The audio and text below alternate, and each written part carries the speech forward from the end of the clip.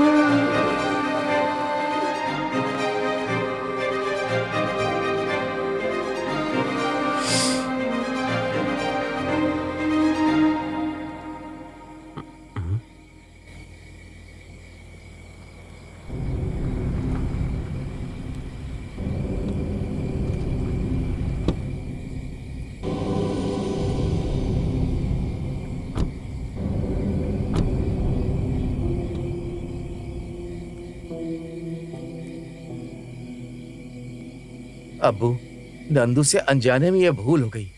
जानते हो ना, वो बेचारा बहुत कुछ झेल चुका है।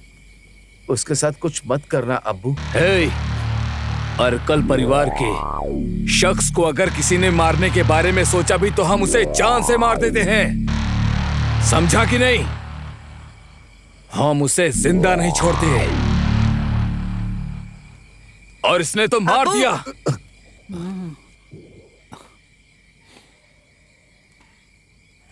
अब्बू, अगर जीने की चाहत होती ना तो मैं यहां कभी नहीं आता। तुम्हारे सामने जो खड़ा है वह एक जिंदा लाश है। कब्रिस्तान लेकर जाते समय मैंने उसका चेहरा देखा था, जो कि मेरे जहन से निकल ही नहीं रहा है। मैं अच्छे से जानता हूं, जो इंसान किसी के परिवार के एहसानों तले दबा हो, उसके साथ जो काम नहीं करना चाहिए, वो काम तुमने मेरे भाई के साथ किया है। उसकी सजा भगवान ने उसको दी है, ये सोचकर मैं खुद को समझा लूंगा। पर लोक में उसके कर्मों का हिसाब होने दो। दान देना तो अर्कल परिवार की हमेशा से परंपरा में है। यह भी एक तरह का दान है जो अर्कल परिवार ने प्यार से दे दिया है। औरत और मर्द अगर ऐसा करते हैं तो ऐसे लोगों को इस दुनिया में जीने का कोई अधिकार ही नहीं होना चाहिए। लेकिन ये कलयुग है नंदू भाई, कितना कुछ देखते और सुनते हैं, लेकिन कोई भी सीखने की कभी कोशिश नहीं करता।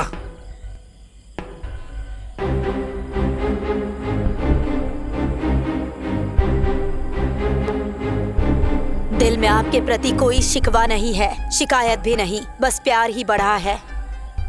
इस अर्कल परिवार का दरवाजा हमेशा आपके लिए खुला रहेगा, जब चाहे आ सकते हैं।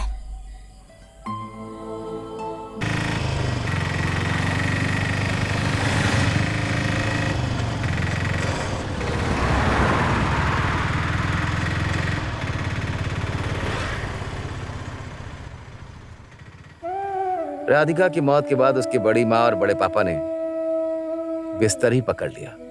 3 महीने के बाद बड़े पापा की मौत हो जाने के बाद बड़ी माँ भी गिर गई। क्या कर सकते हैं, बीमार हो गई है। अचानक कभी कभी राधिका का नाम लेकर दौड़ने लगती है, चिल्लाने लगती है। बहुत इलाज करा लिया उसका, जिंदा लाश बनकर घूम रही है। पुरानी कोई भी बात उनको याद ही नहीं है। चाहे कुछ भी हो जाता, तुम्हें राधिका को नहीं मारना चाहिए था।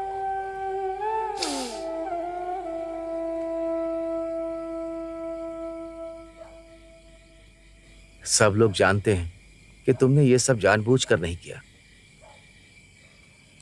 बड़े पापा की मौत के समय वो लोग भी आए थे। अर्कल अबीदा फिर से वापस आएगी। नंदू, तुम थोड़ा होशियार रहना। इस कत्ल के पीछे तुम हो ये जानने के बाद भी 6 साल के बाद तुम्हें बाहर निकाला, इसकी कोई वजह होगी। इसमें मुझे तुम्हारी भलाई नहीं दिख रही है। अर्कल अब्बू, वो रऊफ से भी ज्यादा खतरनाक है। तुम क्या बोलते रहते हो?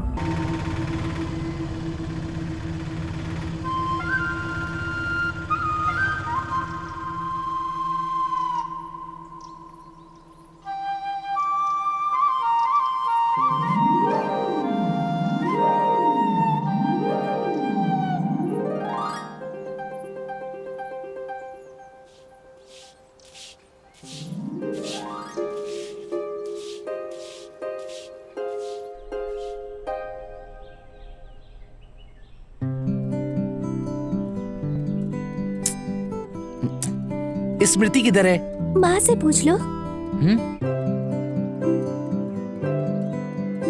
अब तक तुम तैयार नहीं हुई? हाँ हाँ, हो गई हूँ बस। चलो चलते हैं। तुमने मेरे पैंट को इस्त्री क्यों नहीं किया? मुझे नहीं आता।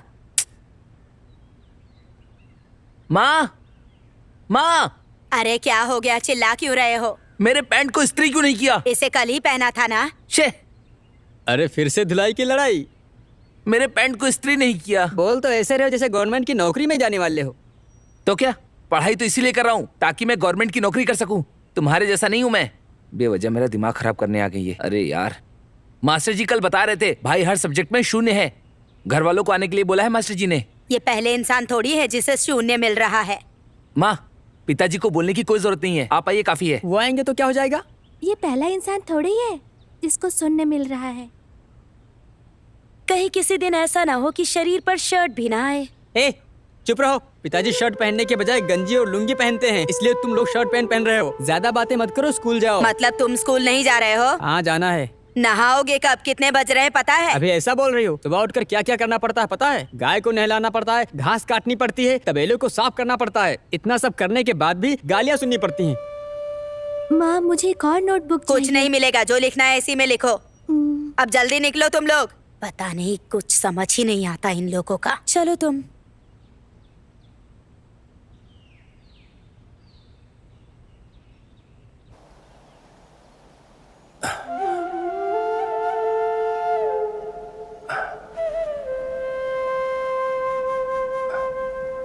अच्छे से पढ़ाई पर ध्यान वही दो, तो ठीक है करने जा बच्चा? रहे हैं हम लोग। कुछ नहीं बोला। ध्यान से पढ़ते नहीं सब।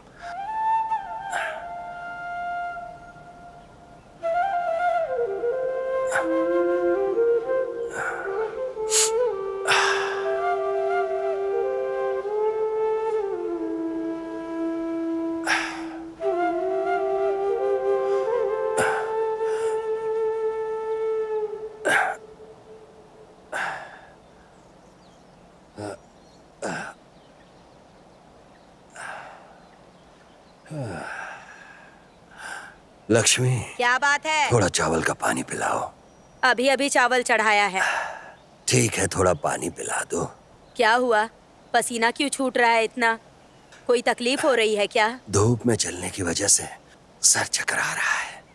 हे भगवान, सब समझ आ रहा है। डॉक्टर को दिखाते क्यों नहीं हो?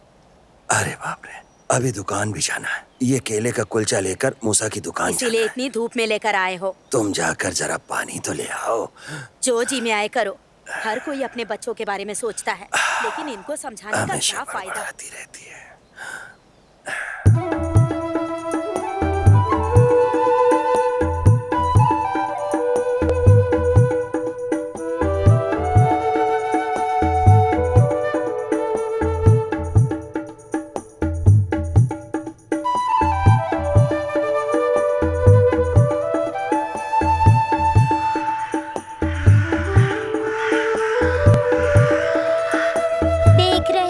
देख रहे हो भवरा कैसे घूम रहा है, कैसे घूम रहा है भवरा। देख रहे हो ये भवरा। टीचर जी, क्या हुआ मूसा भाई? टीचर जी, हमारी अमृता के पिताजी अब इस दुनिया में नहीं रहे। हे भगवान। अमृता, अमृता।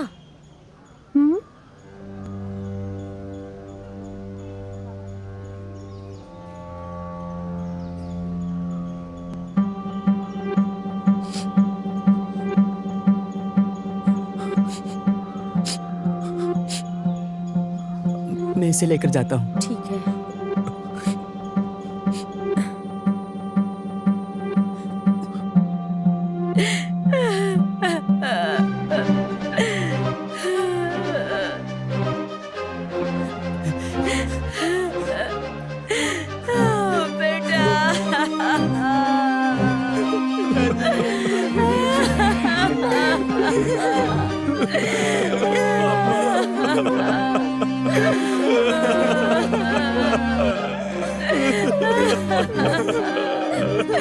हमें छोड़कर चले गए।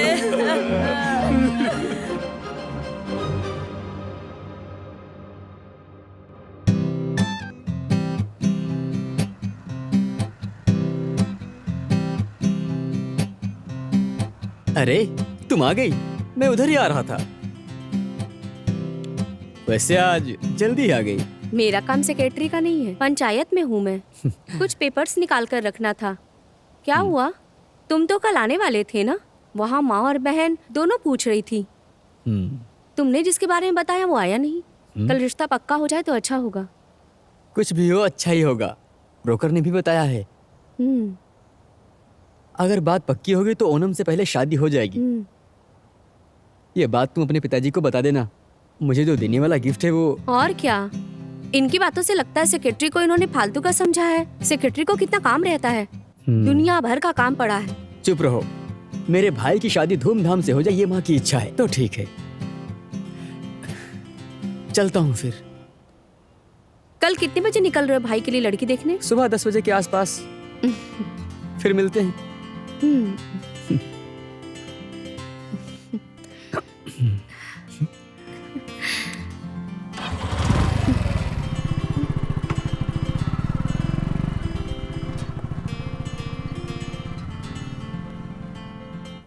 आओ आओ। अरे दिवाकर भाई बैठो आपने जैसा बोला था हम सब लोग बैठो, वैसे बैठो। पहुंच गए। बैठो। नमस्ते। नमस्ते नमस्ते। आओ आओ, बैठो बैठो। अरे आप लोग भी बैठो ना।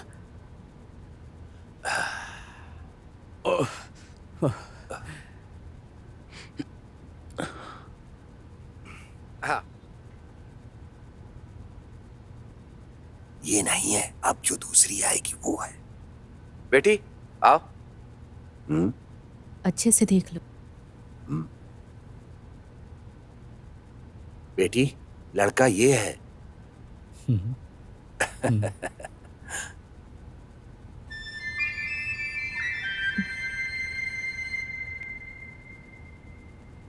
पसंद है ना तुम्हें? अरे चुप क्यों बैठे, उठाकर खाओ। कैसा लगा लड़का तुम्हें? इतने दिन से हम जो मेहनत कर रहे थे ना वो बेकार नहीं गई। हाँ, मुझे तो अच्छी लगी। लड़की अच्छी है।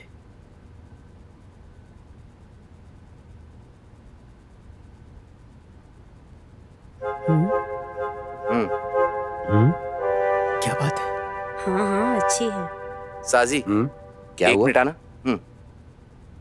1 मिनट रुको तुम लोग, मैं आता हूँ। जाओ। साजी ये शादी नहीं हो सकती। अरे क्यों? पहले हमें सब कुछ देखना चाहिए था। अभी तो इसके पास कोई काम धंधा नहीं है, कल को सरकारी नौकरी भी नहीं मिलेगी, फिर आपस में उन दोनों के बीच में झगड़ा होगा। मुझे नहीं लगता कि कुछ अच्छा। सुनो दिवाकर, उस लड़के की पूरी डिटेल तुम्हें देने के बाद ही मैं उसे यहाँ लेकर आया था। आजकल मेरे स्वभाव में जानते हो ना बहुत बदलाव आ गया है। ऐसा गांव वाले बोल रहे हैं। सोए हुए मुझ साजी को मत जगाओ। बेटी को भी तो राजी होना चाहिए साजी। बड़ा आया रजामंदी पूछने वाला। लड़की देखने में जान निकल जाती है। सुनो तुम लोग, ये सब यहीं रख दो और चलो मेरे साथ।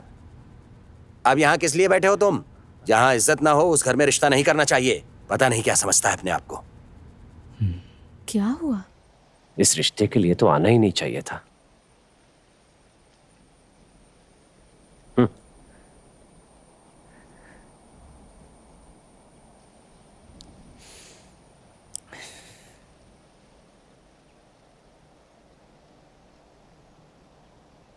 माँ बैठो ना। अरे भूल जाओ इसे, हम कोई और लड़की ढूंढेंगे। दोबारा जब हम लड़की देखें तो कार्तिक को नहीं ले जाएंगी। हैं? हाँ सही कह रही हो। कुछ भी कहो, सब मेरी ही गलती है। ये वेशभूषा ही खराब है। इनके लिए कोई पहली बार नहीं है इस तरह का बहाना करके शादी रोकने के लिए। अरे वो लड़की किस्मत में नहीं है, बस इतना ही। मेरा बेटा तो बिल्कुल अपने बाप पर गया है। शरीर काला है पर दिल एकदम सफेद है। देख लेना बेटा, तुझे अप्सरा जैसी बीवी मिलेगी।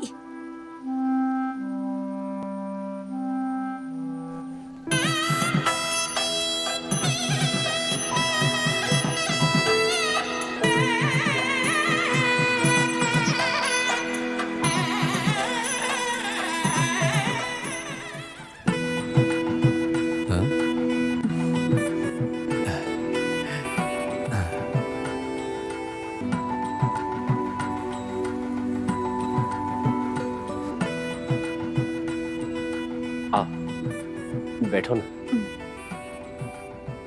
हाँ।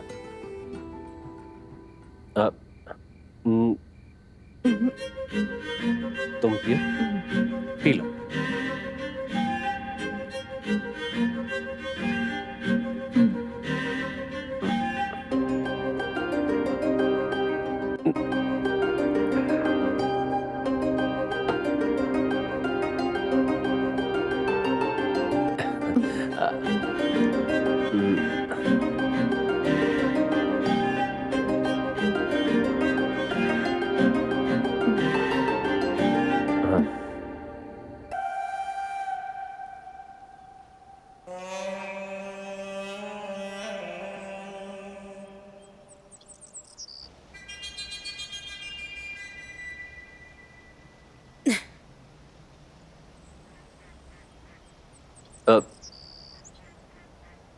माँ, आपको आराम करना चाहिए ना।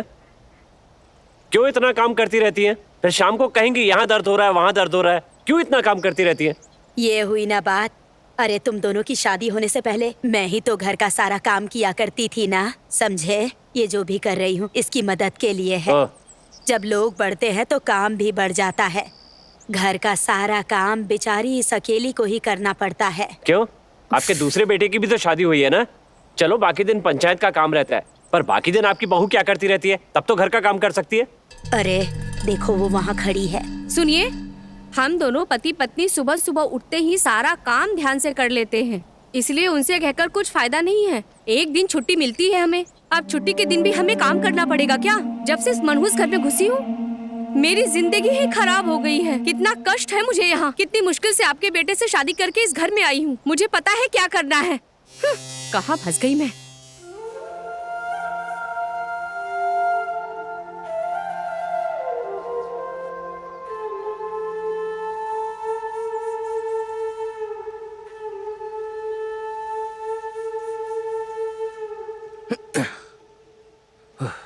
तुम आराम करो, हम कर लेंगे सब। अरे करने दो ना, 2 दिन से कुछ काम नहीं किया इन्होंने, थोड़ा पसीना छूटने दो। चुप करो। माँ, राधिका दीदी कहाँ है? वो अंदर है, बहुत गुस्से में है। सबके साथ मिलजुल कर रहना चाहिए ना। हर वक्त गुस्सा दिखाती रहती है, पता नहीं क्यों। क्या इसीलिए मैंने भगवान से इतने दिनों तक प्रार्थना की? अगर कोई परेशानी है तो घर में बताना चाहिए ना। अरे वो गुस्से वाली है, हम सबको पता है। कार्तिक भाई भी उसके पीछे ही घूमते रहते हैं। बात सुनो, तुम चुप ही रहो।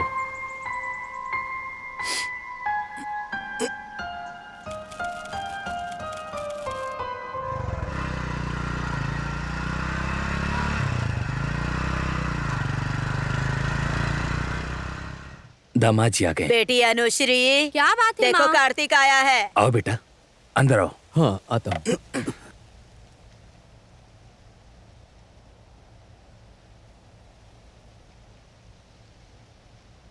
अच्छा आ गए।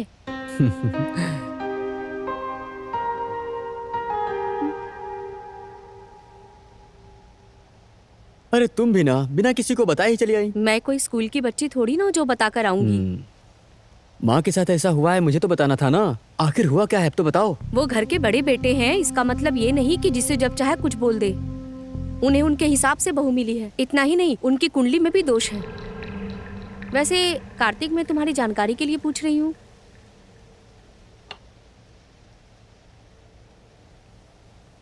माँ की बात को तो छोड़ दो, तुम्हें क्या लगता है, क्या उन लोगों के साथ रहकर जिंदगी भर हम जीवन बिता सकते हैं? एक बात बता देती हूँ, मैं उन लोगों के साथ नहीं रह सकती हूँ। 20 गज का एक प्लॉट है जो पापा ने मेरे नाम किया है, हम वहीं रहेंगे अब। अनु, तुम ये क्या बोल रही हो? क्या है? तुम अचानक घर बनाने की बात करोगी तो ये सब नहीं होने वाला। नहीं हो सकता ना। बहन की शादी का खर्चा, भाई भाभी का खर्चा, माँ और घर का खर्चा नहीं उठा सकते। मैं भी यही बोल रही हूँ। मुझे सब पता है। मैंने पिताजी से कुछ पैसे मांगे हैं, उन्होंने कहा दे दूंगा। बाकी का पैसा तुम अरेंज कर लेना। अरे मैं भी कैसे अरेंज करूं? तुम अपना हिस्सा क्यों नहीं मांग लेते? देखो अनु, ये सब जल्दबाजी वाला काम नहीं है। होगा। कम से कम पिताजी तो मदद के लिए तैयार हो चुके हैं और मैंने सोच लिया है कि ये सब कुछ कैसे होगा। अब तो तुम अपने पैरों पर खड़े होने की सोचो।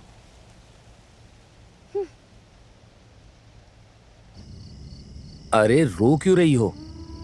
अभी आपके रोने से कोई फायदा नहीं होने वाला। आपने ही कहा था मैं कार्तिक से बात करूंगी, पर उससे बात करने से कोई फायदा नहीं होगा। और ये बात गलत है, मैं अच्छे से जानता हूं।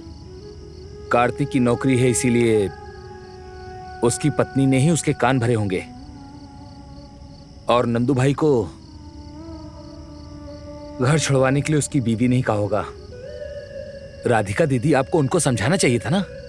क्या जय, तुम्हें क्या लगता है मैंने उसको समझाया नहीं होगा? जब माँ की नहीं मानी तो हमारी बात कहाँ से मानेगा? किसी के नफरत की वजह से नहीं, बल्कि आगे नफरत का माहौल पैदा न हो, इसलिए नंदू को मैंने बहुत समझाने की कोशिश की। मैं जानती हूँ अपने घर की परिस्थिति उतनी अच्छी नहीं है, इसलिए मैं सोच रही हूँ मैं माँ के घर चली जाती हूँ, कुछ काम करूंगी, थोड़े पैसे आ जाएंगे। अब क्या है, बस अपना खून और भाईचारा नहीं रहेगा। मुझे समझने की कोशिश कीजिए, ये घर मेरे लिए स्वर्ग है। आप लोग ये सोच रहे हैं कि मैं अपनी खुशी से घर छोड़कर जा रही हूँ, लेकिन ऐसा नहीं है। अगर कहो तो मैं अनुश्री के पैर पर गिर जाती हूँ। मैं कसम खाती हूँ कि आगे से उसको परेशान नहीं करूंगी। अब बस यही बाकी रह गया है। भाभी, आपको किसी के आगे झुकने की जरूरत नहीं है। पैसे का घमंड है उनमें। वो दोनों मियाँ बीबी कमाते जो हैं, उन्हें अच्छी बात कभी समझ में नहीं आएगी। मैं तो जय के डर की वजह से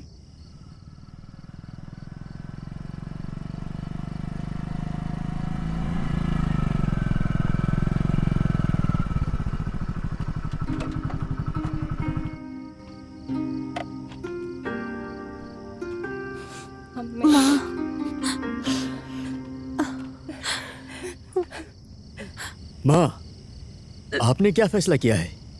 आखिर यहाँ क्या हो रहा है? बेटा, फैसला लेने वाली मैं कौन होती हूँ? वो लोग हैं ना, जब बच्चे हमारे कंधे से ऊपर हो गए हैं तो फैसला उन्हीं को लेना चाहिए ना। मैं तो हमेशा की तरह काम करके अपनी जिंदगी गुजार लूंगी बेटा। इतना कुछ करने के बाद भी अनाथ जैसी हो गई हूँ। क्या हो गया? ऐसे रो क्यों रही हैं आप? यहाँ कोई मर गया है क्या? आप देखो तब रोती रहती हैं। रो रो के तबीयत खराब करेंगी, फिर सब परेशान। माँ, ये गांव छोड़कर थोड़ी ना जा रहा हूँ मैं। जब भी आपका मिलने का मन करेगा मैं यहाँ आ जाऊंगा। माँ, इसने जो भी कहा आपने सुना ना। मैं, कार्तिक और उसकी बीवी इस खानदान के सबसे बड़े नालायक हैं और हम सब लोग उसी के भरोसे जी रहे हैं। माँ, हमने अब तक कोई हिसाब नहीं जोड़ा है, उस दिन भी और ना ही आज जोड़ा है जब पिताजी की मौत हुई थी और वो हम सबको बेसहारा छोड़कर चले गए। वो मेरे स्कूल का आखिरी दिन था।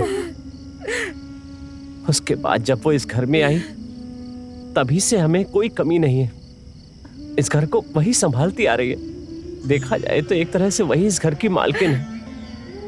यहाँ तक कि कार्तिक पे भी उसने कभी कोई आंच नहीं आने दी।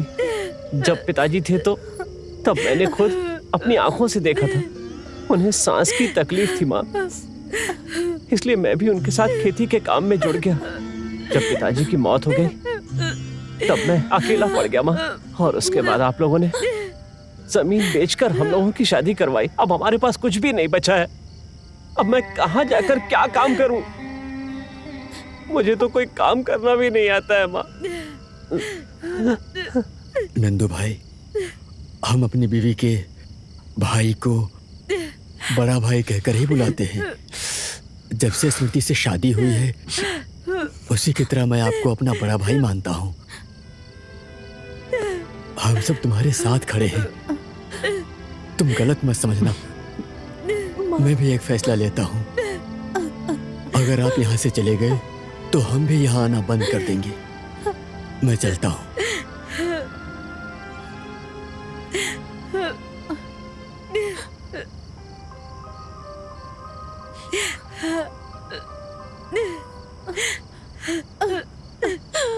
मेरा भाई।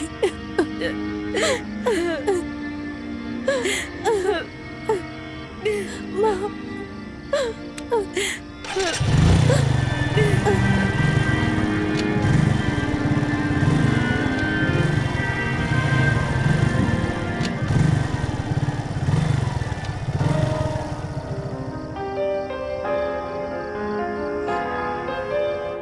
तुम्हारा फैसला गलत है ऐसा नहीं बोलूंगी मैं, लेकिन यहाँ सभी तुम्हारे अपने लोग हैं।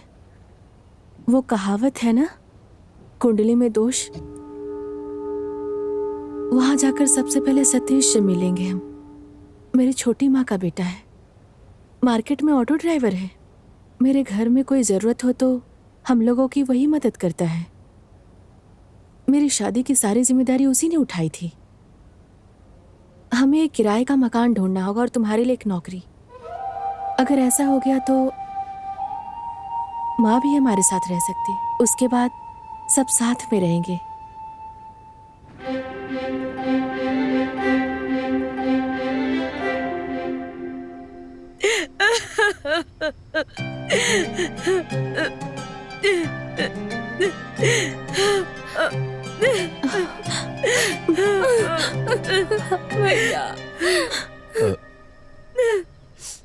तुमने कहा था ना कि 2 हिस्से होंगे। ये पिताजी की जमीन है और माँ कहती हैं कि वो मरते दम तक यहीं रहेंगी। भाई, आपको यहाँ से जाने के लिए मैंने कभी नहीं कहा और कहूंगा भी नहीं। सबको देखते हुए मेरे काम और तनख्वाह उसके बारे में सोचना पड़ता है।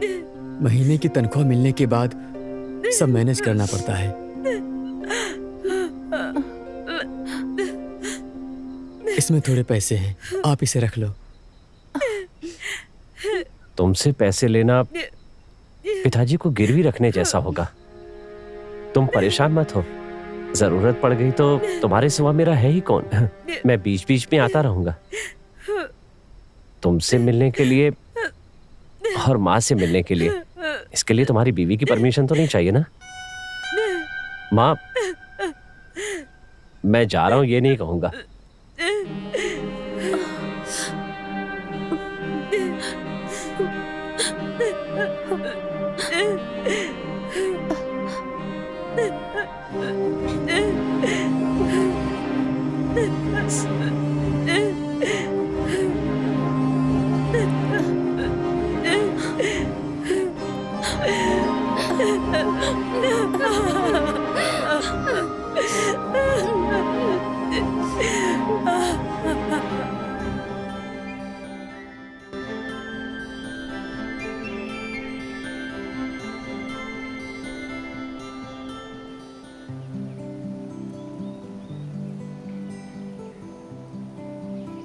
वो वहां मिलेगा क्या? और क्या, इधर ही मिलेगा।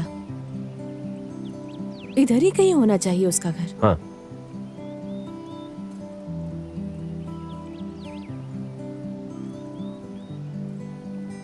हाँ, नंदू देखो। हाँ। सतीश। हाँ हाँ, अरे ये कौन है? कब आए? अरे अभी अभी आए थे, तुमसे मिलकर घर जाने की सोच रहे हैं। हमारी किस्मत अच्छी थी, तुम यहीं मिल हाँ, गए। क्यों, कोई परेशानी तो नहीं है? नहीं, परेशानी कोई नहीं है, बस आपसे थोड़ी बात करनी थी। ठीक है, आओ चाय पीते हुए बात करते हैं। आ जाओ। हाँ। आओ।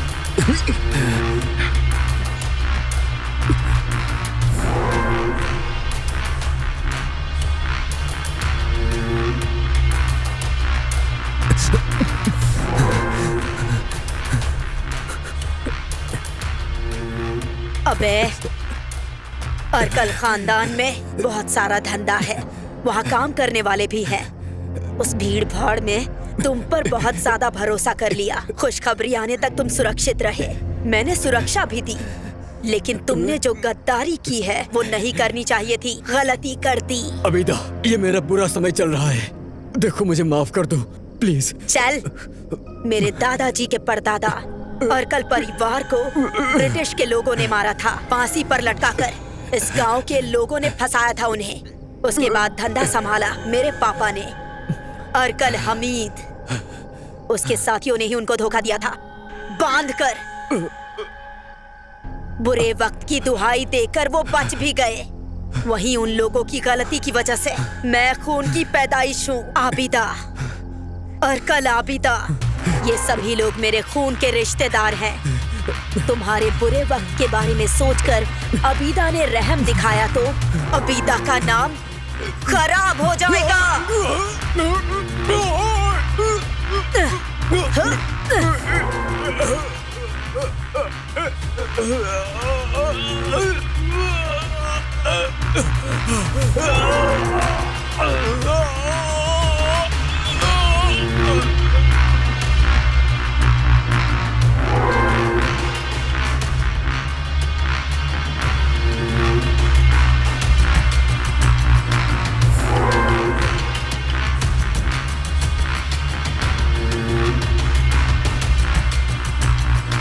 हेलो, हाँ बीदा।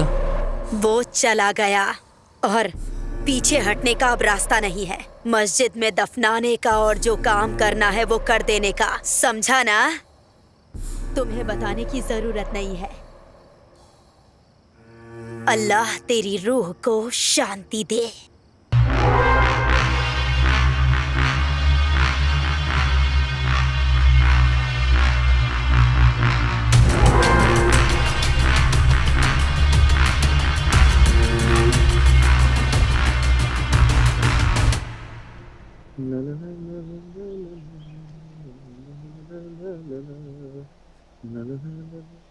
बड़ी माँ, राधिका। वो अंदर कुछ काम कर रही है। सतीश, डोसा खा के जा। नहीं चाहिए। नहीं खाना तो मरो जाके।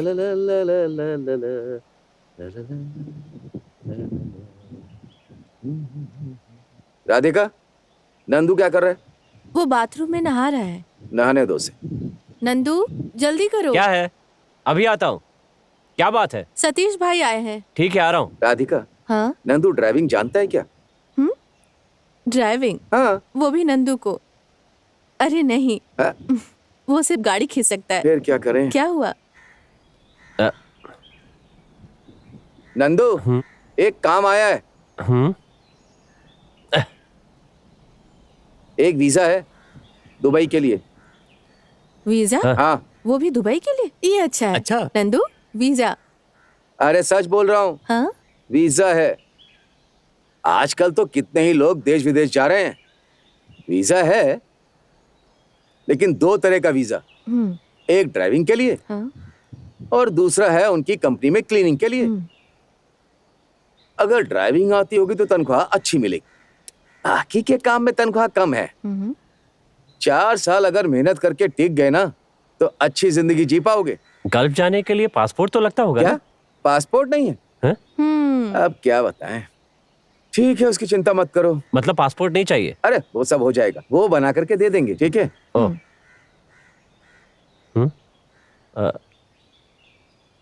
हाँ, ये उन लोगों का एड्रेस है। स्टैंड के बगल में उनका ऑफिस है, इसे ले जाकर के उन लोगों से बात कर लेना, वो लोग देख लेंगे।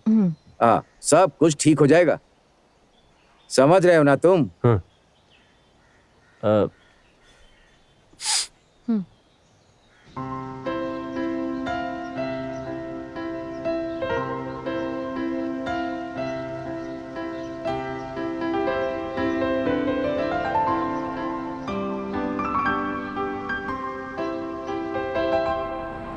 आओ। हाँ हाँ, फोन किया है उन्हें। नंदू जी, आपने ही फोन किया था ना? हाँ, आप बैठ जाइए। वहां बैठ जाइए। चलो बैठो।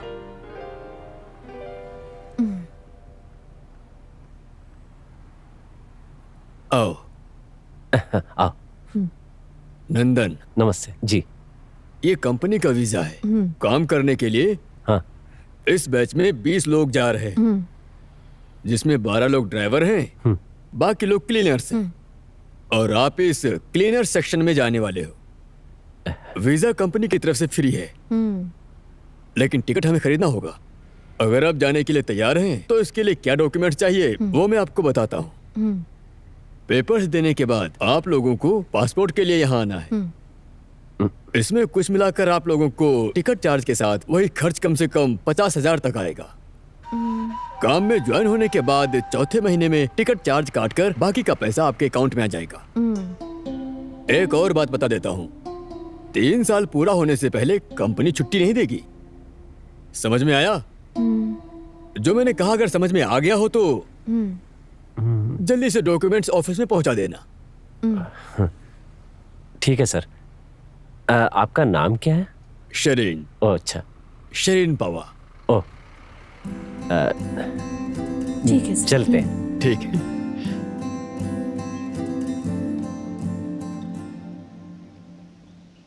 राधिका, टेंशन लेने की जरूरत नहीं है, ये काम नहीं होने वाला। 50,000 रुपए, इतना पैसा कहाँ से लाएंगे हम? अरेंज करना होगा। नंदू, तुम भी चाहते थे ना? और सिर्फ इतना ही नहीं, और हमें जो मिटाने की राह देख रहे हैं, हम उन्हें बता सकते हैं कि हम क्या चीज है।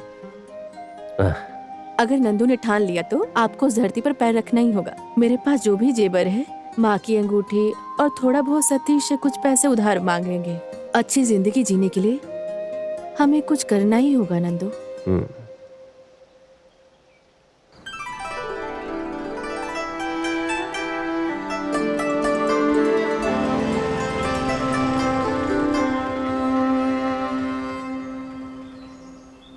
ये क्या? ये यहाँ अकेले बैठा है? नंदू भाई, हाँ? यहाँ अकेले बैठे हो? ट्रैवल से किसी ने फोन किया क्या? नहीं। अरे वो पासपोर्ट के लिए। उस दिन उन लोगों ने नहीं दिए। फिर तो परेशानी है ना। क्या बात है? सब लोग कह रहे हैं कि वो धोखेबाज है। कुछ लोगों ने तो उनके ऊपर केस भी किया है। केस? मैं सिर्फ इस ट्रेवल्स के बारे में बात नहीं कर रहा हूँ, देश में ऐसे कई ट्रेवल्स कंपनी हैं जिनके भरोसे बड़े बड़े कांड हो चुके हैं, ऐसा सुनने में आया है। ओह, हे भगवान।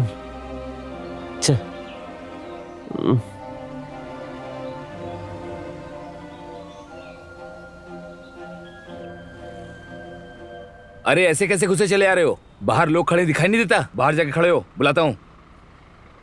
बात क्या है? बाहर खड़े हो जा, बाद में बुलाएंगे। मैं बाहर खड़ा होने के लिए नहीं आया हूँ, मेरे पासपोर्ट के पैसे दिए मैंने, वही लेने आया हूँ। बोल रहा हूँ, समझ में नहीं आ रहा क्या? देखिए भाई साहब, हम परेशान करने ही आए थे।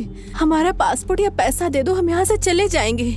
तुम यहाँ खड़ी होकर ज्यादा चिल्लाओ मत। यही शिकायत लेकर और भी लोग खड़े हैं बाहर। तुम भी जाओ यहाँ से। जहाँ शिकायत करना उस जगह का नाम पुलिस स्टेशन है। यहाँ जो है ना, उसका नाम है पासपोर्ट। उसमें तुम्हारा पासपोर्ट है तो लेकर जाओ। इनका नाम क्या बताया आपने? नंदू। इस नाम का पासपोर्ट तो यहाँ है ही नहीं। वही तो समझा रहा हूँ कि ये सब कंपनी के हाथ में है। हाँ, मैं अच्छे से जानता हूँ कि इसमें मेरा पासपोर्ट नहीं होगा, लेकिन फिर भी पासपोर्ट मैं लेकर जाऊंगा, क्योंकि ये किसी का पासपोर्ट तो होगा। जब तक मेरा पासपोर्ट या पैसे नहीं मिलते, ये मेरे पास रहेगा। इतनी हिम्मत है क्या तुझमें? सर छोड़ दीजिए सर, प्लीज परेशान मत कीजिए। अरे दूर हटो।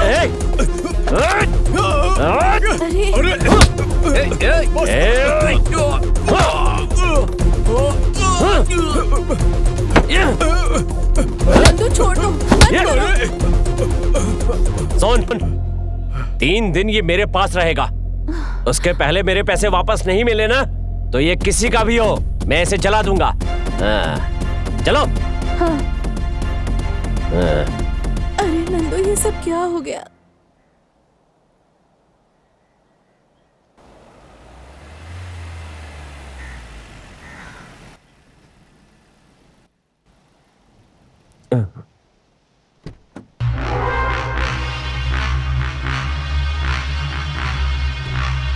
हे भगवान, अर्कल अबीदा, ये यहाँ कैसे?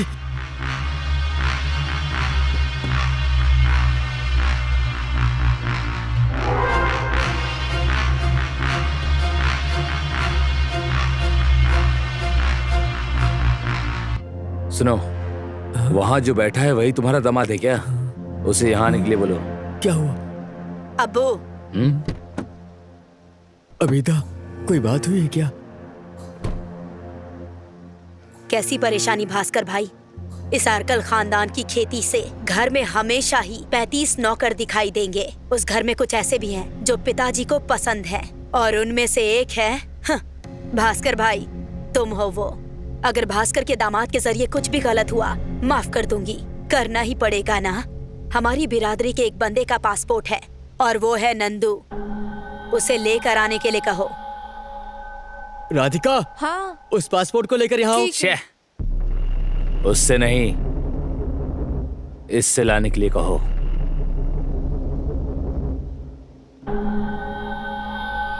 लगता है जरूर कोई बात हुई होगी।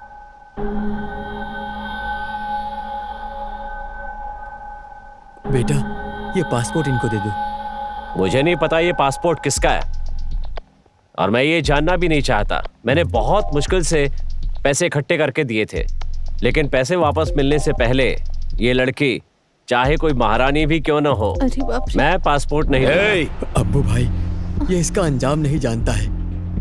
नंदा, हमारा जो पैसा गया है उसे जाने दो, और वो पासपोर्ट, उससे किसी को फायदा भी तो नहीं है ना। नंदा, हर चीज के लिए एक ही रास्ता होता है, वो मिलेगा। इसे दे दो नंदू, इसको रखकर हमें क्या फायदा होगा? हाँ। और बड़ी मुसीबत में फंस जाएंगे। जो करना है करो। ये ले बेटी। सुनो, तुम्हें गल्फ में जाना है क्या? बढ़िया ही पूछने वाले। चुपचाप चलो। बहुत चर्बी है तुम्हारे दामाद को। उससे भूल हो गई। ऐसा है क्या?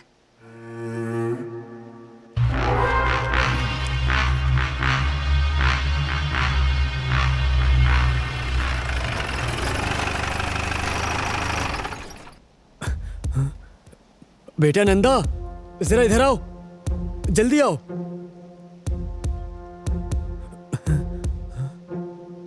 तुम ही नंदन हो? हाँ। क्या हुआ सर? क्या हुआ है? पकड़ो इसे। इधर आ। अरे, ट्रेवल्स ऑफिस में जो पंगा हुआ है उस बारे में आप लोगों को कुछ पता नहीं है? सर, पासपोर्ट तो हमने वापस कर दिया है। पासपोर्ट तो वापस कर दिया, लेकिन इसने जो वहाँ तोड़फोड़ की उसकी भरपाई कौन करेगा? गुंडागर्दी करता है ये। सर, मेरे पति निर्दोष हैं। झगड़ा तो उन लोगों ने शुरू किया था। तुम्हें पता भी है, इसके साथ तुम्हें भी अंदर करने का केस है। बयान लेना है तुम्हारा। जब समय आएगा तो तुम्हें भी बुलाएंगे। आ जाना पुलिस ऑफिस। ले चलो इसे, ले चलो। जय हिंद मैडम। इधर आओ। क्या हुआ मैडम? अपनी जानकारी के लिए पूछ रही हूँ। इस तरह का शो क्यों दिखा रही हो? मैडम, ट्रैवल्स ने अगर ऑफर दिया है तो उसका एहसान चुकाने के लिए ड्यूटी मत करना, अच्छा नहीं होगा। नहीं, ऐसी बात नहीं। ये अर्कल परिवार से संबंधित केस है। छोटे मोटे केस में वो लोग दखल अंदाजी नहीं करते। मैडम, मैंने पूछा भी था। बहुत ज्यादा नुकसान किया इन लोगों ने। किसी ने कुछ बोल दिया तो उनकी बातों में आकर तुम्हारा जो भी है उसे बेचकर पासपोर्ट ले जाकर उन्हें दे दोगे क्या? बाकी लोगों को परेशान करने के लिए? ये कोई पहली बार नहीं है। तमिलनाडु और केरला में ऐसे बहुत सारे केसेस हैं। वैसे कल सुबह तुम्हें स्टेशन आना होगा, समझे? और जो कुछ भी हुआ है बयान देना होगा। ये बात भूलना मत। कल सुबह 10 बजे। साइड हटो। चलो। जी मैडम।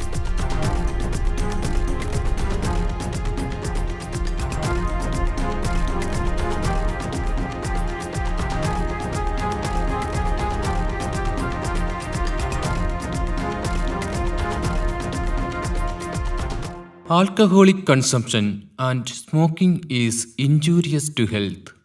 മദ്യപാനവും പുകവലിയും ആരോഗ്യത്തിന് ഹാനികരം. എന്റെ ജീവിതം ഇങ്ങനെ മാറുമെന്ന് ഞാൻ ഒരിക്കലും ഓർത്തില്ല.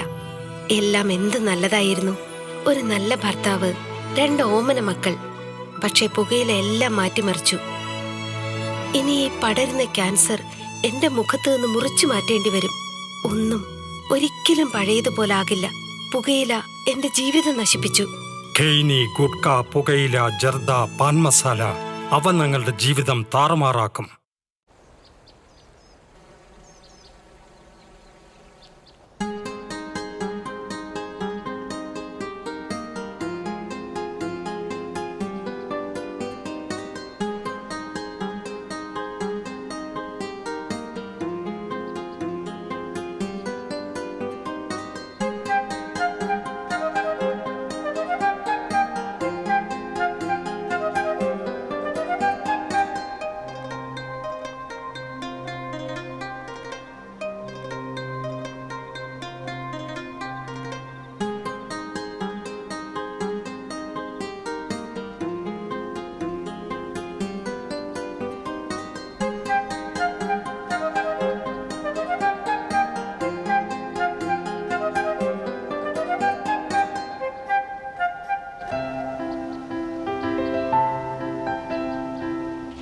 नंदा, हाँ?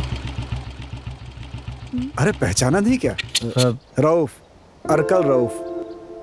तुम लोगों से मिलने के लिए ही घर से निकला था। ओह, कहाँ जा रहे हो अभी? कल पुलिस वाले आए थे, 10 बजे आने के लिए बोला है, वहीं जा रहे हैं। लेकिन क्यों? इसकी कोई जरूरत नहीं है। उस वीजा वाले को पुलिस वाले उठा कर ले गए और ट्रेवल्स वालों के साथ मैंने बात कर ली है। जी। ये रहा तुम्हारा पासपोर्ट। ट्रेवल्स के अंदर घुसकर तोड़फोड़ करना कोई बड़ी बात नहीं है। ये उनके द्वारा बनाई गई एक नई टीम है। तुम लोगों की ख्वाहिश थी ना वहां जाने की, तो अब अपना काम शुरू करो।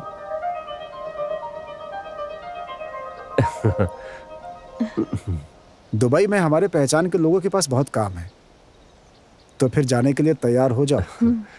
बहुत कम दिन बचे हैं और वो आबिदा भी जाएगी। बाकी बातें बाद में समझाता हूँ। अच्छा, ठीक है, चलता हूँ। तो हम लोग जाएं? बिल्कुल।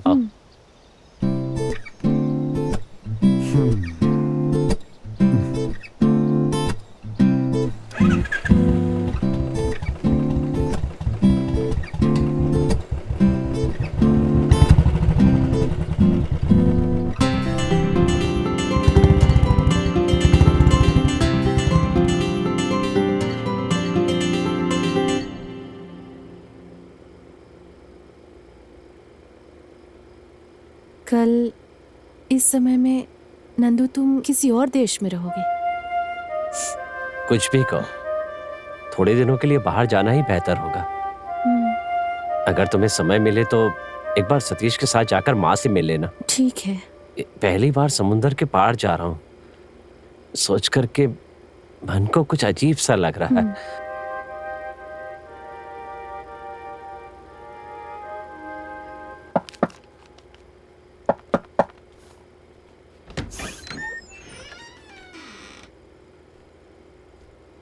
अरे सतीश,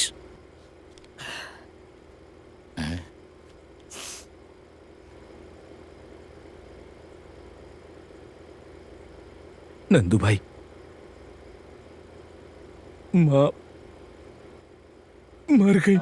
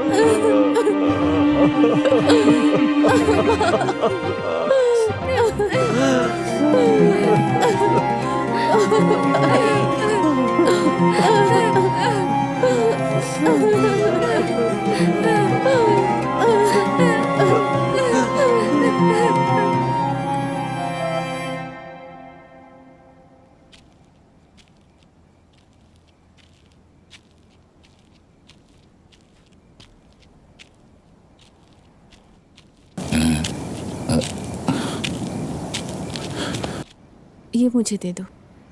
नंदू, हाँ। मुझे बहुत देर हो गई है। मैंने इन लोगों को सब समझा दिया है। 15 तारीख तक हमारे पास वक्त है, मतलब अभी भी 17 दिन और बचे हैं। टिकट निकालने का काम शुरू हो गया है। तुम यहाँ आकर बैठो। रहने दीजिए, मैं यहीं ठीक हूँ। आबिदा जी, कहीं आप पुरानी बातों के लिए नाराज तो नहीं है ना? मेरी माँ चाहती थी कि मैं एक अच्छी जिंदगी बिताऊं, लेकिन अब इन सब बातों का कोई फायदा नहीं है। यहाँ भी काम मिल जाए तो मैं रह लूंगा। सोचता हूँ खेती करना तो आता है, हो सके तो ऐसा ही कोई काम देखिए ना, मैं यहीं रहकर कर लूंगा।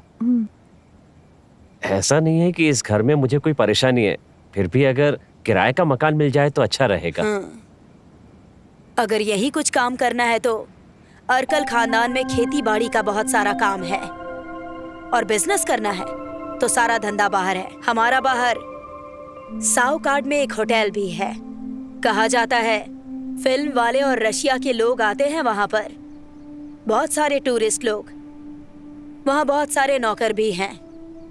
फिर भी अगर तुम्हें वहां काम करना है तो, और यहाँ से जाना है तो उसका इंतजाम भी कर दिया जाएगा, समझे? वहां बहुत सारे घर हैं जो खाली पड़े हैं, रहने का इंतजाम भी हो जाएगा। और मेरा भी कुछ गल्फ के विला का काम बाकी है। भास्कर भाई, खुश हो ना? हाँ?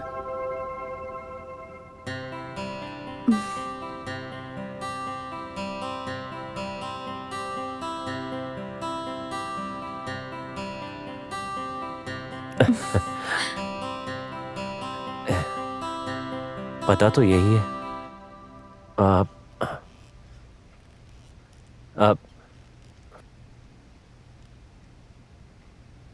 कौन हो? क्या चाहिए?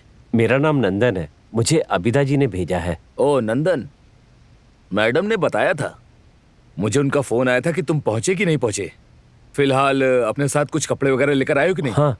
इस प्लेस पर रेंडेड टूरिस्ट वगैरह आते रहते हैं। हमारे पास 5 से 6 रेस्टोरेंट भी है। बोटिंग और जरूरत के हिसाब से कुछ ऐसी जगहें भी है यहाँ पर। टूरिस्टों के लिए जो जरूरी है यहाँ पर सब कुछ है। समझ गए? यहाँ पर काम को लेकर आनाकानी करने की कोई जरूरत नहीं है। जो काम मिले वही करना है, ऐसा मैडम ने फोन पर कहा था। तुम्हें हाँ। सब कुछ ओके है ना? ड्रेसिंग रूम उधर है। जी। सुनो रफीक। जी सर। नंदन को रूम पर छोड़ कर आओ। आइए। धन्यवाद।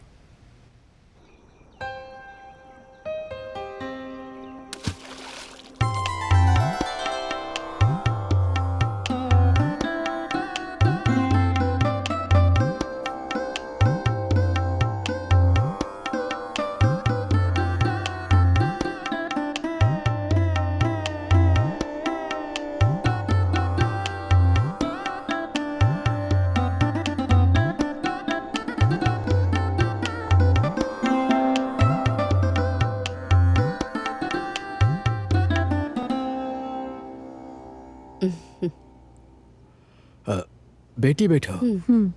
तुझे भी बोलने की जरूरत है क्या? अरे बैठना। अब ये राधिका का घर है। देखने में तो घर महल की तरह है, लेकिन अकेली रहोगी ये सोचकर परेशान हो जाती हूँ। अरे इसमें क्या परेशानी है? मेरा तो हर दिन 3-4 चक्कर लगने वाली जगह है ये। बीच में आकर इसका ख्याल रख लूंगा। वैसे भी बड़े पापा और बड़ी माँ के लिए इधर आना उनके लिए दूरी है। नंदू को अच्छी नौकरी मिल गई है, अब दिल को सुकून है। चलो अपना ना सही, लेकिन रहने के लिए घर तो मिल गया। सबके लिए भगवान का सिर्फ आशीर्वाद। भगवान का आशीर्वाद नहीं है, अर्कल परिवार का भी है। पता नहीं उनके साथ हमारा ऐसा क्या रिश्ता है जो उन्होंने हमारी इतनी मदद की। सिर्फ इतना ही नहीं, अर्कल अबीदा का जो नेक दिल है उसके पीछे भी एक वजह है। उनके खानदान का एक रुतबा है। वो मुन्ना अर्कल, हमीद का बाप, जिसने जो भी मांगा वो सब देता है, कोई हिसाब किताब नहीं रखता। लेकिन अगर किसी ने दुश्मनी मोल ली तो उसको छोड़ता भी नहीं है। अभी भी अर्कल हमीद का नाम सुनकर गांव के लोग कांप उठते थे। सही बोल रहे हो। लेकिन किसी ने उनको धोखे से मार दिया। उस बाप का ही रूप है अर्कल अबीदा। अरे ऐसा कुछ नहीं होने वाला। अरे भाई नसीर, उसको सारा काम समझा के रखा है, हो जाएगा। कल की वेडिंग के लिए सारी तैयारी कर ली है। हाँ, वो कैसे ठीक रहेगा? अरे सारा सामान सेठ की दुकान पर पड़ा है। निसार भाई, ये सामान ऐसा तो नहीं है कि दुनिया में कहीं ना मिले। यहाँ जो भी आता है अर्कल खानदान के भरोसे पर आता है, ये बात भूलना मत। नंदू भाई। हाँ, काम है। आ रहा हूँ। निसार, फोन रखता हूँ। इन लोगों से बोलकर कोई फायदा नहीं है।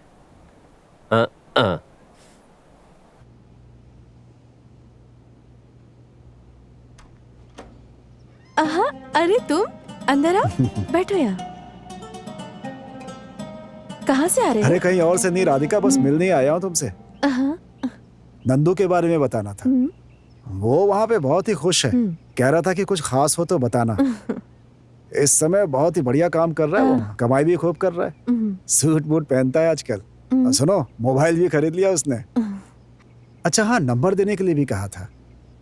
लेकिन नंबर लेने से क्या, मेरे पास तो फोन ही नहीं है। अरे तो क्या हुआ, वही तो मैं देने के लिए आया हूँ यहाँ पे।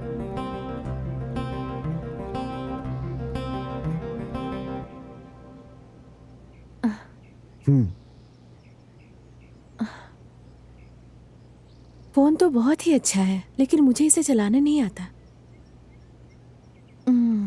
ये मुझे नहीं चाहिए, बहुत ही महंगा लग रहा है। अरे तो क्या हो गया, सियाद के शॉप से खरीद कर लाया हूँ। उसको तो तुम जानती हो कितनी बढ़िया शॉप है। समझ गए ना वो सियाद के बारे में? हाँ सियाद। तुम्हें देखकर ऐसा लग रहा था कि तुम कहीं जा रही थी। ऐसा कुछ नहीं है, बस दुकान तक जाना है। अगर ऐसा है तो चलो हम चलते हैं दुकान तक। अगर इस फोन से बात करनी है तो इसमें एक चीज लगानी पड़ेगी, सिम। उसे तुम्हें अपने नाम पे लेना होगा। तो चलो शॉप पे चल के अभी खरीद लेते हैं। ये तो बहुत ही महंगा आया होगा ना? अरे वो तो करना ही पड़ेगा ना। नंदू अभी सिर्फ राधिका का पति नहीं है, अर्कल ग्रुप का स्टाफ भी है। तो इसलिए नंदू की जरूरत को पूरी करना हमारी जिम्मेदारी होती है। जब नंदू को तनख्वाह मिलेगी तो वो तो वापस ही कर देगा। तुम भी राधिका, चलो चलते हैं। अरे मैं बोल रहा हूँ ना, आ जाओ आ जाओ।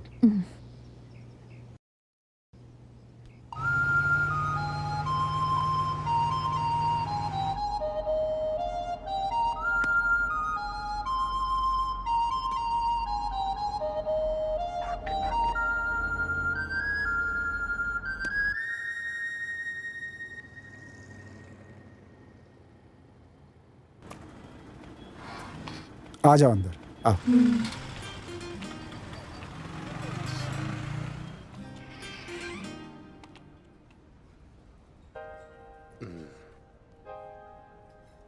राधिका, हाँ? ये व्हाट्सएप है।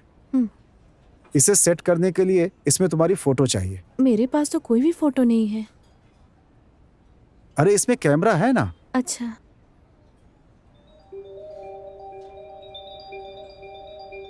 जरा इधर देखो, थोड़ा सामने देखो। हाँ ऐसे थोड़ा। हाँ बहुत अच्छी लग रही है, बहुत बढ़िया, सुंदर।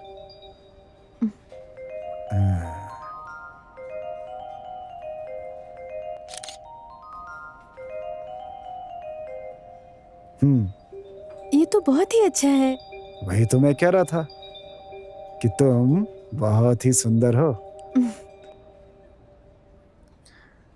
अब नंदू से इस फोन से मेरी बात तो हो जाएगी ना? नहीं ऐसा नहीं हो पाएगा, क्योंकि नंदू के पास छोटा फोन है ना, उसमें व्हाट्सएप वगैरह नहीं चलता। कोई बात नहीं, 1-2 महीने में वो भी अच्छा फोन खरीद लेगा। उससे मिले हुए तुम्हें बहुत दिन हो चुके हैं ना।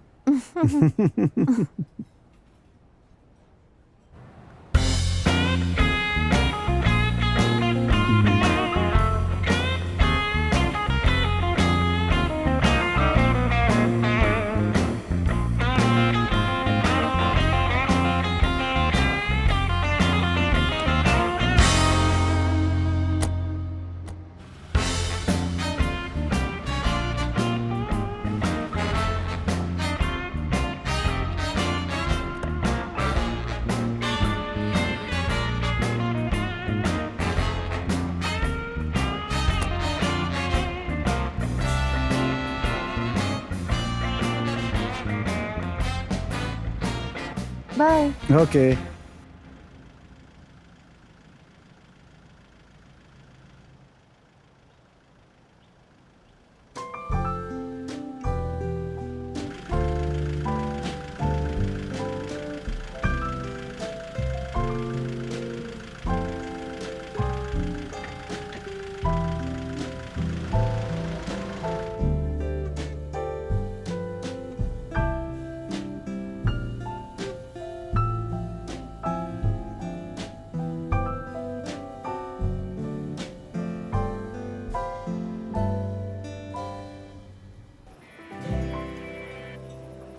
हेलो, क्या बात है? क्या हुआ राधिका? कुछ नहीं नंदू। नंदू तुमने कुछ खाया? हाँ सुनो, यहाँ थोड़ी देर हो जाएगी, तुम कुछ खाकर सो जाओ, मैं सुबह फोन करता हूँ। हाँ ओके। नंदू, हेलो। उफ। हम्म। हम्म।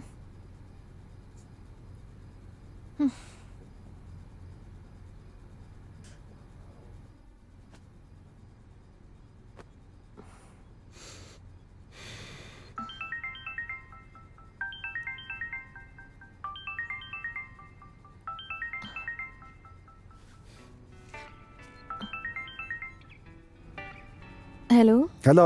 हाँ राउफ, कैसे हो तुम? कहाँ हो? क्या कर रही हो तुम अभी? क्या करूँ, मैं ऐसे ही लेटी हूँ। नंदू ने फोन किया कि नहीं? फोन किया था, लेकिन वो अभी बहुत बिजी है।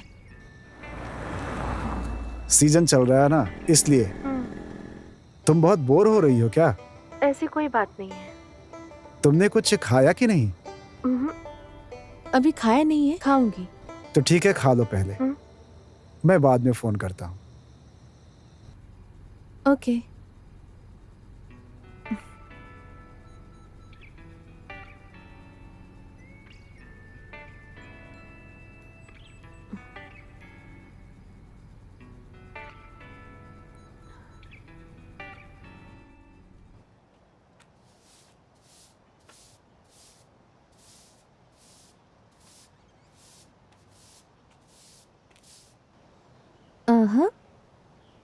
सरसू मैडम के चेहरे पे रौनक नहीं है। पिताजी को भी साथ लाना चाहिए था ना। कुछ दिनों से मैं उधर आने के लिए सोच रही थी। पिताजी से मिले बहुत दिन हो गया है।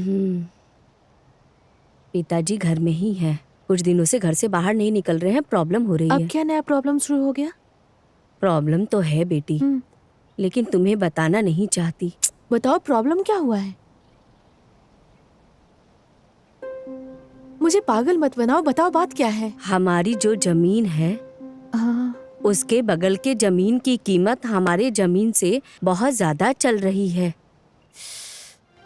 अब जो जमीन हमने गिरवी रखी है उसे छुड़ाना ही पड़ेगा। बहुत सालों से वो सारे पेपर्स सोसाइटी वालों के पास जमा है। तुम्हारी शादी के वक्त भी हमने कुछ पैसे निकाले थे। तुम्हारी शादी के समय भी कुछ कर्जा लिया था, वो सब भी तो हमें चुकाना पड़ेगा। पापा तुम्हारे बहुत परेशान हैं। माँ तुम चिंता मत करो, हम कोई ना कोई रास्ता निकाल लेंगे। तुम चिंता मत करो माँ।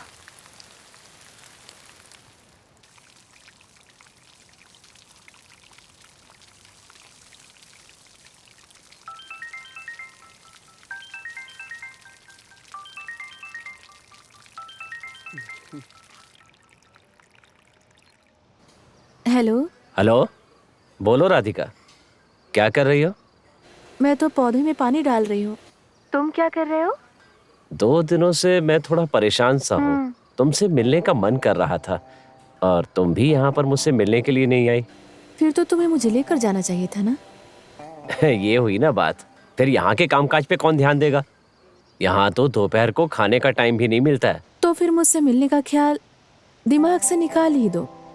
एक काम कर सकते हैं, राफ उधर जाने की बात कर रहा था, उससे तुम कह सकते हो मुझे भी साथ लेकर आए। तुम कहोगे तो मान जाएगा। इससे तो उसको तकलीफ होगी ना। क्यों?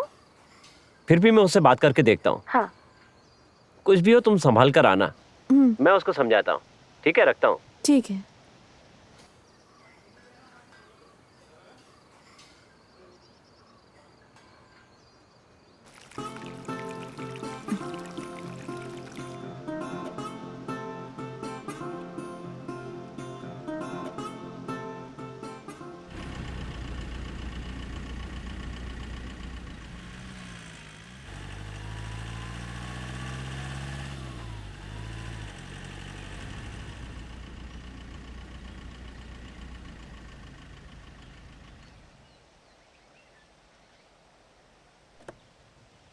आ गई नंदू।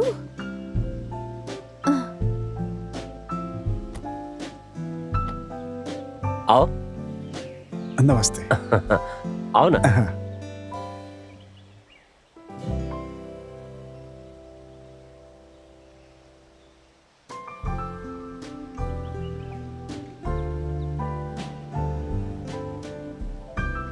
अच्छा, मिलता हाँ। हूँ फिर।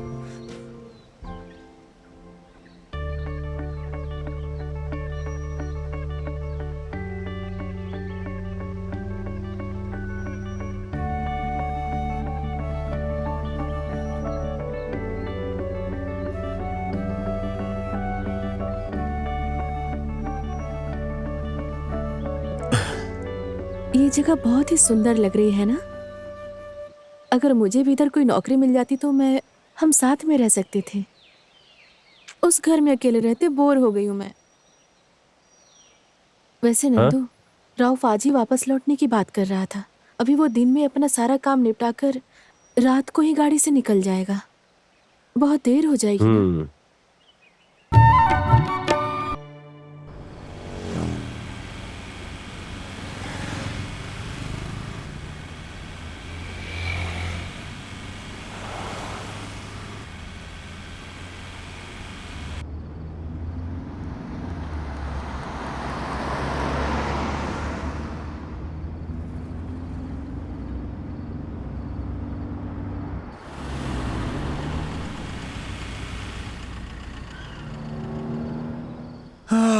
क्या हुआ?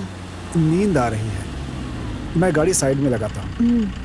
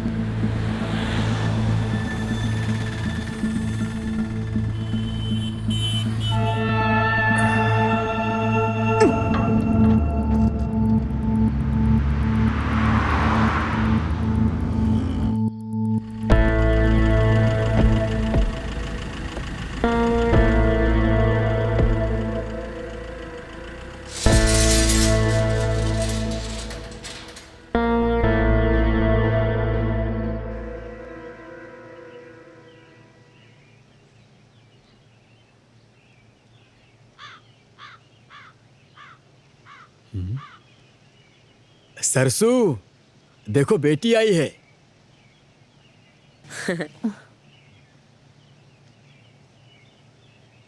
राधिका बेटी आ गई। आ जाओ बेटी, आओ बैठो यहाँ।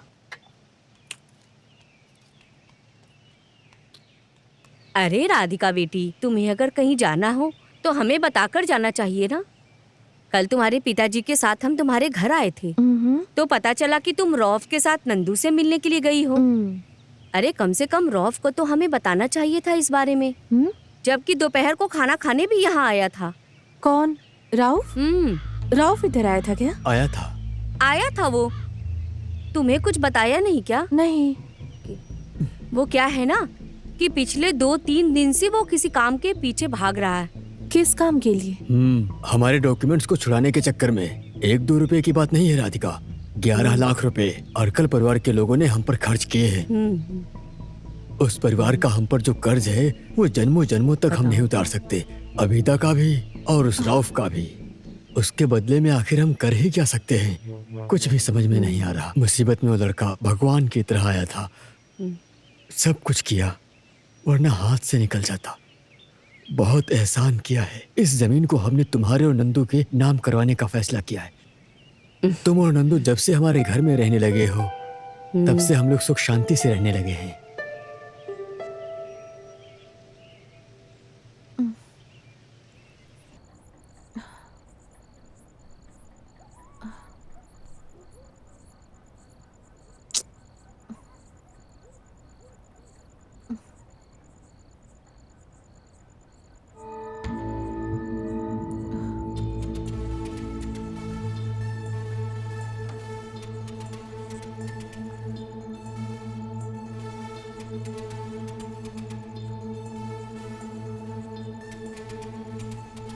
बैठो राउफ।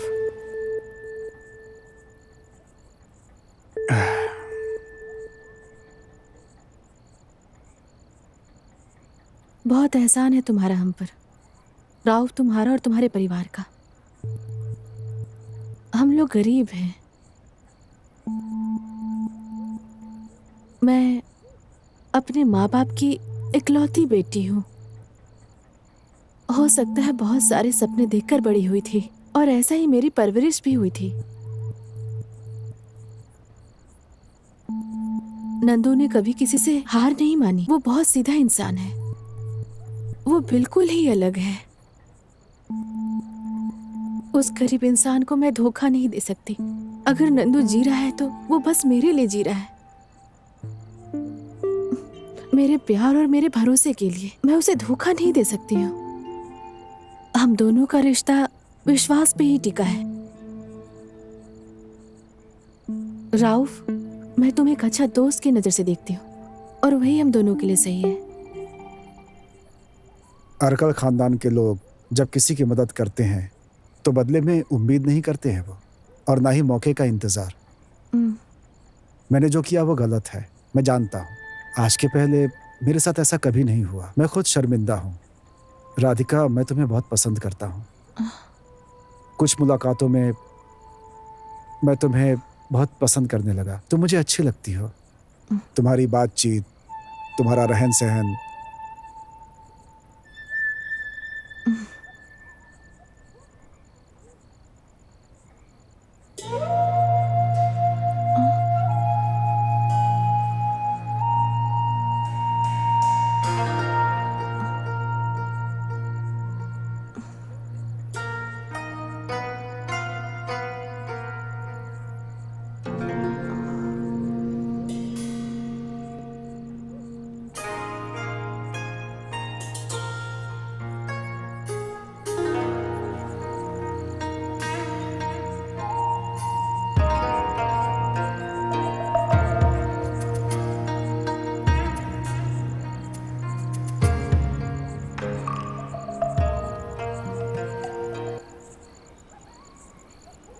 तुम रो क्यों रही हो राधिका?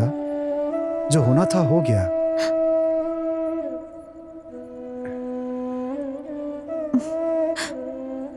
हमने जो किया है ये कोई पाप नहीं है, ये नेचुरल है। ऐसा हो जाता है राधिका।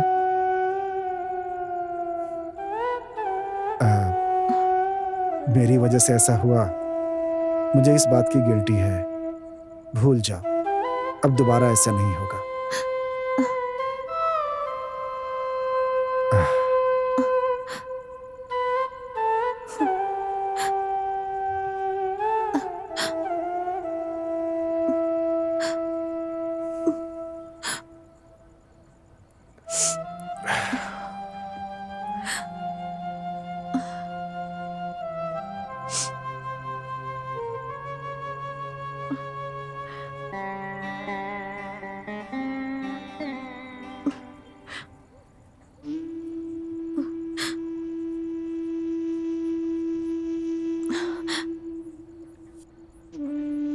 राउफ, मैं जिंदगी भर इस बात को नहीं भूल पाऊंगी।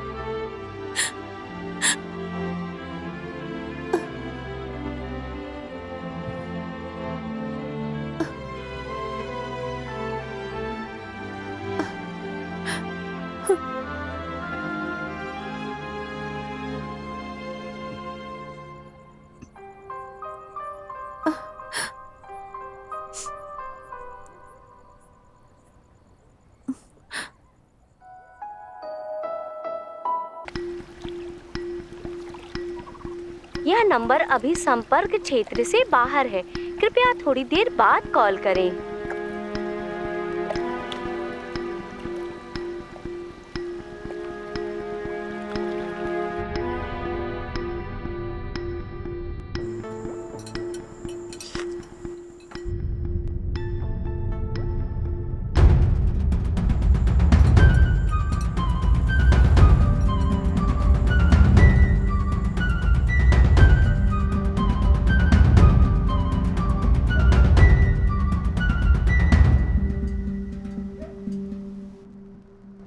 इसके लिए तुम इतना गुस्सा क्यों कर रही हो?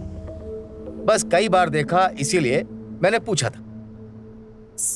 तुमने किसी जासूस को रखा है क्या? राउफ अगर इधर आता है तो बस नंदू के बारे में बताने के लिए आता है। और रही बात हम गाड़ी में जो एक साथ घूमते हैं, उसमें ऐसा क्या गुनाह है? मुझे तो ये बात समझ में नहीं आ रही है। हमारे मामले में तुम दखल मत दो। मैं कोई छोटी बच्ची नहीं हूँ, मैं अपना ख्याल रख सकती हूँ। कुछ भी करो, भाड़ में जाओ। हाँ। बड़े लेवल पर पहुंच गई हो ना, गांव वालों के सामने मेरी इज्जत की धज्जियां मत उड़ाओ। सुनो, बाकी के लोग हिजड़े समझने की भूल मत करना। हाँ। ने आपको पता नहीं क्या समझती है।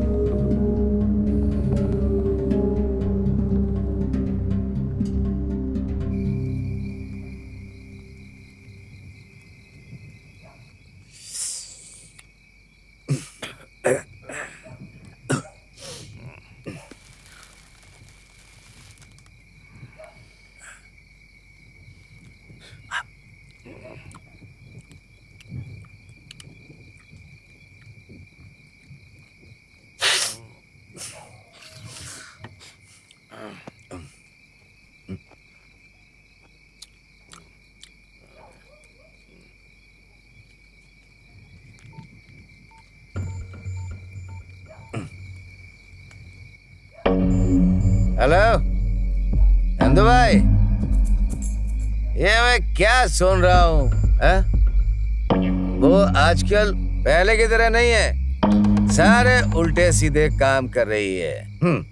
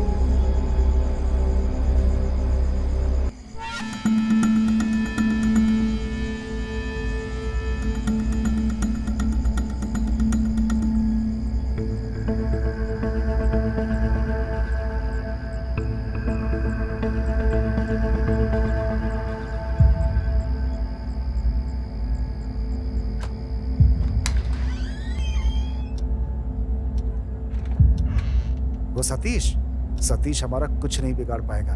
तुम उस सतीश को लेकर परेशान मत हो, चिंता मत करो, मैं हूं ना, सब देख लूंगा। कहीं दिख नहीं रही? देखो तुम क्या बोलते रहते हो? आवाज कहाँ से आ रही? मैं हूं ना, सब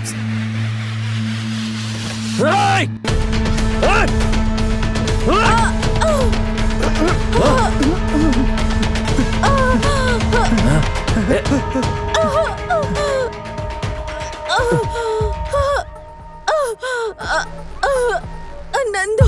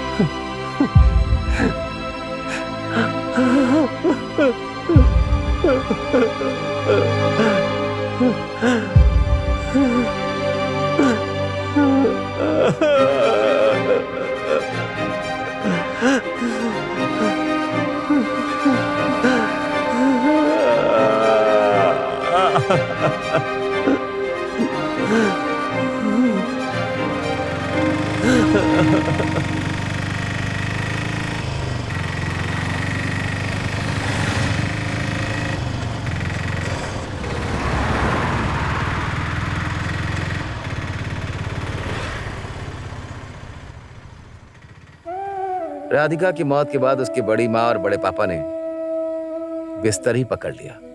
3 महीने के बाद बड़े पापा की मौत हो जाने के बाद बड़ी माँ भी गिर गई। क्या कर सकते हैं, बीमार हो गई है। अचानक कभी कभी राधिका का नाम लेकर दौड़ने लगती है, चिल्लाने लगती है। बहुत इलाज करा लिया उसका, जिंदा लाश बनकर घूम रही है। पुरानी कोई भी बात उनको याद ही नहीं है। चाहे कुछ भी हो जाता, तुम्हें राधिका को नहीं मारना चाहिए था।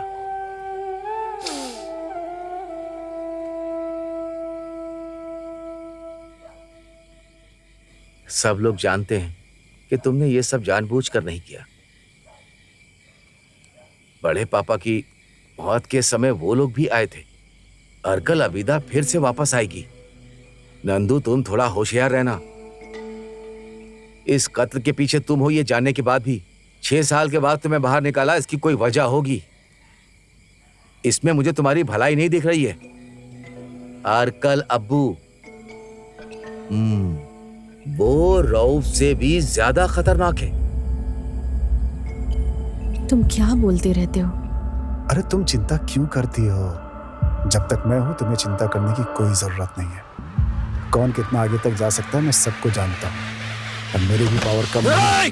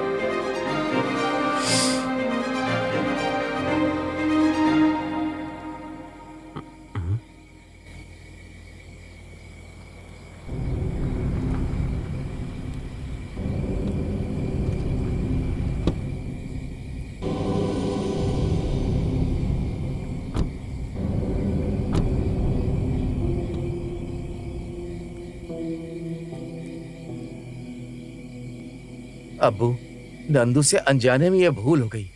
जानते हो ना, वो बेचारा बहुत कुछ झेल चुका है। उसके साथ कुछ मत करना अब्बू। अर्कल परिवार के शख्स को अगर किसी ने मारने के बारे में सोचा भी तो हम उसे जान से मार देते हैं, समझा कि नहीं? हम उसे जिंदा नहीं छोड़ते। और इसने तो मार दिया।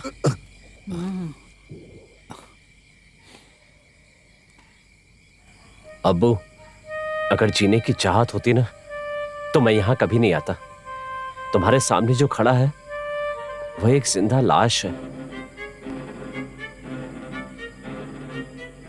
कब्रिस्तान लेकर जाते समय मैंने उसका चेहरा देखा था, जो कि मेरे जहन से निकल ही नहीं रहा है।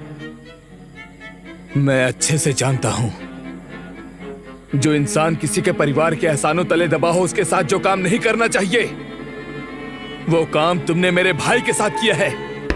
उसकी सजा भगवान ने उसको दी है, ये सोचकर मैं खुद को समझा लूंगा। परलोक में उसके कर्मों का हिसाब होने दो। दान देना तो अर्कल परिवार की हमेशा से परंपरा में है।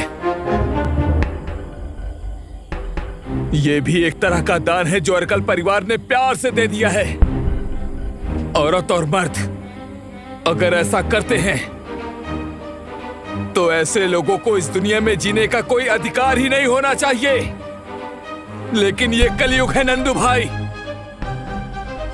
कितना कुछ देखते और सुनते हैं, लेकिन कोई भी सीखने की कभी कोशिश नहीं करता।